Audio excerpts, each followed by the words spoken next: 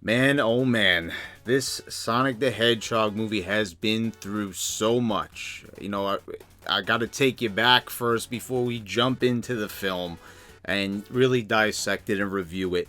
The year is 2018, late 2018. They showed a teaser for the movie, a very short teaser. We got to see a silhouette of something that looked like a hedgehog running really fast, and it was a really a poorly designed silhouette, if you could really say that, if that makes a lot of sense. People kind of got an idea. There were mock-ups of what this Sonic would look like, the movie Sonic, and people got really creative, and they also got really close to how it actually ended up looking. So it was about May, I think, of 2019. They came back about 5 months later or so, and showed us a full-fledged trailer, like almost like 2.5 minutes long. And the design was the most horrific thing I'd ever seen. And people were actually like holding back on this. Say, oh, it's not that bad. And, it was horrible. It was terrible. It was really bad. This design that they came up with was, it really blew me away just how terrible it was. Because, you look back on some of the other video game movies and they definitely didn't do their source material justice. But this was just beyond horrible. Like, how did they think presenting this to the millions and millions of Sonic fans would go for this? Jeff Fowler, the director, was inexperienced. Many people chalked it up to that. And at the end of the day, the director approves what goes into the movie. And we all thought, oh, okay, the movie is finished. Because even if this movie ends up being, a masterpiece of storytelling, the main character, what the movie is all about, what it's named after, it looks awful. So how are we going to actually enjoy this when they've taken our beloved, legendary favorite mascot for Sega and just trounce upon him with terrible design flaw? And we were all shocked when on Twitter, like a few weeks later, Jeff Fowler released a statement and said, we're going to redesign him. A director of a film actually took fan feedback. And, this was met with a mixed reaction. Some people said, oh, they're giving in to fans. Now, we've seen what happens, with cancel culture and all this. But this wasn't cancel culture. This was merely real fans. Real, you saw Sonic fan sites, like real dedicated people who loved this character, who grew up with this character, really wanted to see, this movie done right. And it turned out that this was probably the best thing that's ever happened when it comes to gaming culture and video game movies. We saw Detective Pikachu. This was a movie that was released, not too far after this trailer was released, and it was done justice. So I think they might have, taken a look at that and said, like, okay, we can make that, our movie just as good as that. And I'm pleased to announce that now the final product is finished. It was redesigned. Sonic was redesigned, and this is a great film. Not just as a Sonic movie, but just as a movie. It's a lot of fun. It's entertaining. It was well done. Different elements, of the Sonic universe were changed up. We can't expect it to be, exactly like the game, because we have to remember, even though there has been storylines in the games and in the comics, there's never been a really big in-depth storyline, with tons of emotion and feeling. Yeah, there's been moments like that in the comics, but in the games, it's pretty lighthearted at times. Yes, it does take dark turns. People are gonna argue that for years, but I think they stayed pretty loyal to the source material. We start off, we see Baby Sonic, which was very popular, got shown in certain memes. I'm not sure if everyone's going to get this reference from the Saturday morning cartoon show, and the comic book series of the 90s, and which went into the 2000s. But this specific character I'm going to mention, Dulcie the Dragon, I got that kind of vibe from the owl caretaker. That, you know, right in the beginning, it's very, very short scene in the beginning where we see where Sonic is from, and it looks like, you know, Green Hill Zone, basically. Now, I don't believe they said that this was Planet Mobius, but does it really matter? You know what I mean? If they mention it or not, you can kind of just assume it's Sonic World, it's the video game world. It looks exactly as it does in the first level of the first game, and, you know, that's good enough for me. This owl caretaker, I just felt, because of the flying and everything, and the wisdom in the beginning, and you know, her caring for Sonic, was kind of like Dulcie, you know, kind of like the guardian of Mobius. You know, it was a big dragon character. You know, go watch the Saturday morning cartoon show if you need, you know, to understand that reference. But you see echidnas in the beginning. They're wearing masks, but you could clearly see this is Knuckles' race, the echidnas, and they're attacking Sonic's world. They're attacking him, and, you know, he has to escape. So he uses his bag of rings, and now we find out what the purpose of these rings are. You know, normally in the games, they're used, you know, for extra lives or, you know, entering special stages. But here they act as portals, and he takes a portal and ends up in Montana, of all places, where he meets up, you know, with the co-star, James Marsden, who plays Tom Wachowski, who's a sheriff of a small town called Green Hills, you know, and we go from there, basically. And the way how they laid out this story was really nice, you know. Don't expect a really in-depth story, but, you know, it's kind of got like a mixture of like E.T., kind of like a buddy cop film type of feel. There were moments in there that pull from X-Men. And basically, you know, he stays hidden in the beginning. He's kind of living underground in a little cave. And, you know, you've got a crazy, wide-eyed hunter who's, like, looking for Sonic and trying to hunt him down. But, you know, no one believes that a blue hedgehog really exists. And then James Marsden's character meets Sonic, and the rest is history, basically. The U.S. government hires Dr. Robotnik that goes after Sonic with all kinds of gadgets and drones, and it's so much fun. I really love Sonic's voice. Ben Schwartz, I believe, is probably the best voice for Sonic since Jaleel White. And I know a lot of people disagree with that. I think there's some people who don't like Jaleel White, but, you know, I personally really did. I think they really captured Sonic's essence from the games and the Saturday morning cartoon shows, both of those shows. Sonic is very sarcastic. He talks a lot. You know, he never shuts up. He's a very vocal character, you know, which is kind of weird when you think about it, that he was, like, silent in the first game. But, you know, if you read the comics, if you watch the cartoons, Sonic always has a sarcastic, snarky remark to make. You know, he's not always the nicest character. If you read the UK comics, you know, Sonic is like a straight up asshole, and he says some really terrible, mean things, even to Tails, in those comics. You know, so you might want to check that out if you want to see how mean Sonic could possibly get. Jim Carrey, goes without saying, you know, we got hints from the trailer. Does an amazing job. I mean, he's dancing around, he's getting into it, the facial expressions, the mannerisms. Jim Carrey shows why he is one of the best comedy actors of all time.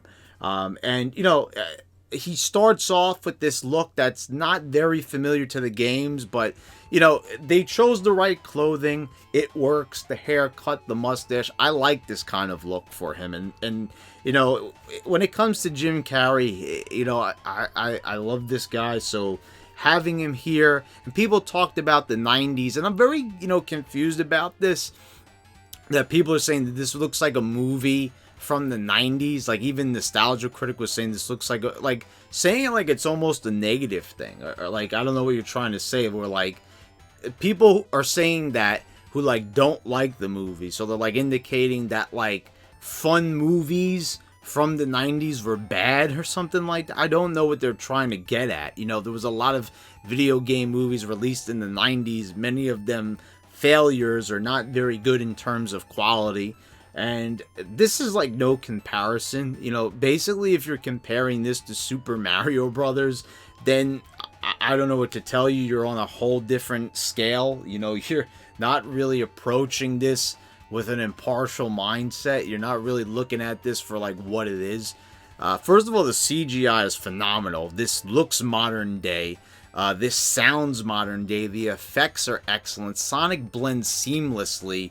You know, this is like basically you know, it's got like Space Jam vibes too, where it's like a really good, you know, real life cartoon mixed together, but we're doing it with CGI. But Sonic seems real. You know, he's sitting in the car, you know, with James Marsden. You know, he's in the squad car, and as you know, they got the window open, and you see the fur moving. Like Sonic looks like he's there. And what's crazy about this is the budget. It's not really that big of a budget. It was only $80 million to make this, and they're profiting like crazy off of it. It's got the biggest opening ever for a video game, and they didn't even have to spend that much on it. And the Sonic's model, well, the redesigned one anyway that we got, thank God, looks phenomenal. And you know, everything with the drones, it all looks like it's actually happening, and it's seamless. It really fits in well with the world and with the story that they're trying to tell, and it's really very well paced out. You've got you've got James Marsden interacting with Sonic, and this is a really fun relationship. And it is. And, you know, you've got the part where James Marsden's girlfriend says that they're so cute together. And, you know, for once, this is an accurate analysis. Yes, they are. They play off of each other very well. And Marsden, like, this is, you know, not exactly like one of my favorite actors. You know, I recognize him from Superman Returns, not a very good Superman movie, playing Jimmy Olsen. But, you know, he really, like, for interacting with someone or something that's not there. I mean, yes, it is Ben Schwartz doing the voice, but like no one's really there. And you know, he's looking at Sonic. That's, you know, you got to think about this. No one is there, and James Marsden is acting like Sonic is there, and he does such an amazing job of this. And there's a lot of great scenes. You know, I mentioned before that they do a scene like that's right out of X-Men Days of Future Past, or the Apocalypse movie, that's like kind of like Quicksilver, where it almost looks like he's slowing down time, but he's actually just moving really fast, and he's manipulating, you know, different elements. You know, really like a lot of fun scenes in here that are really funny.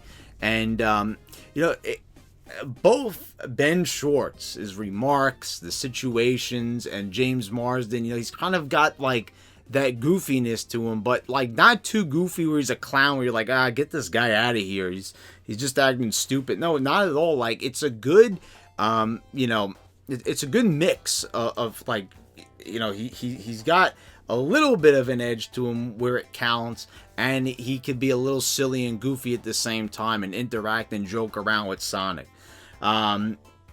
You know, and I like that he's just like not like jumping into it right away with Sonic. Like, he's a little bit like reserved about, you know, this guy's Blue Hedgehog. Like, you know, I think they do a good job of kind of explaining that.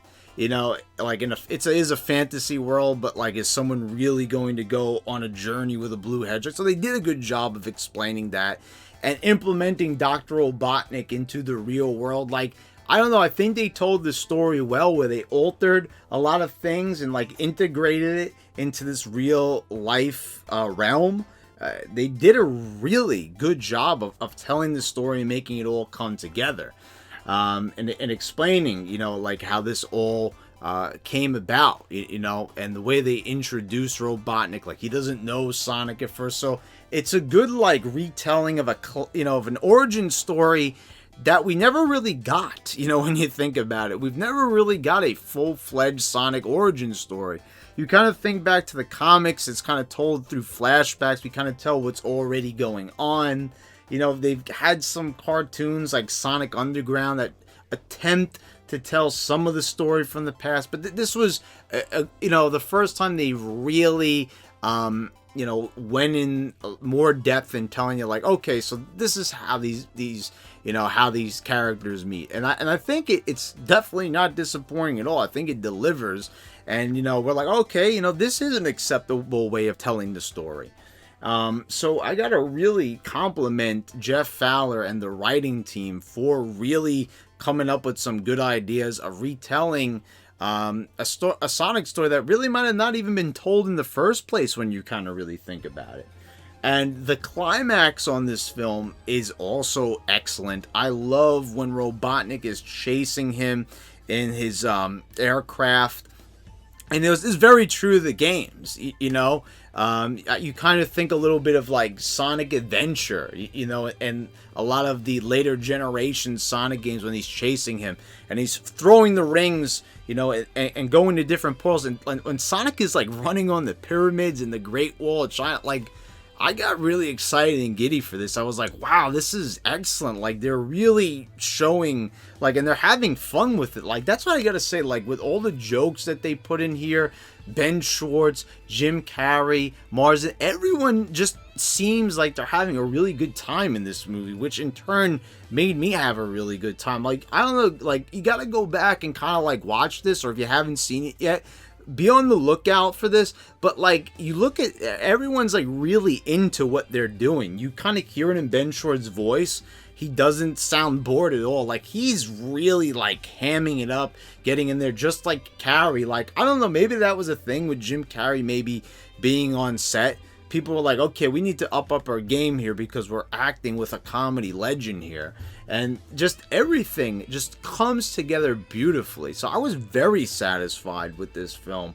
I think I enjoyed it even a bit more than Detective Pikachu. Detective Pikachu in its own right was a great movie. It is a similar type of movie in a way. I mean, this is not a mystery. This is more just like a full-fledged action-adventure story. I think that, in terms of comedy, I don't know which one. I think they're about even. They're both pretty funny movies with some wit in there. Ben Schwartz definitely does a good job of rivaling Ryan Reynolds' performance as Pikachu. But I know a lot of people are going to be comparing those movies. But, wow, Sonic actually beat out Detective Pikachu for the opening. And that's, like, really surprising. And, I didn't really expect that. I would think that Pokemon was a more popular franchise. But maybe because there's been, like, cartoons released in the theaters that people were not so quick to see it as they were for Sonic. Because we've never gotten the theatrical release for Sonic before. I'd be like, if anyone, is wondering, like, this has been a film that they've been trying to get out in theaters since the 90s.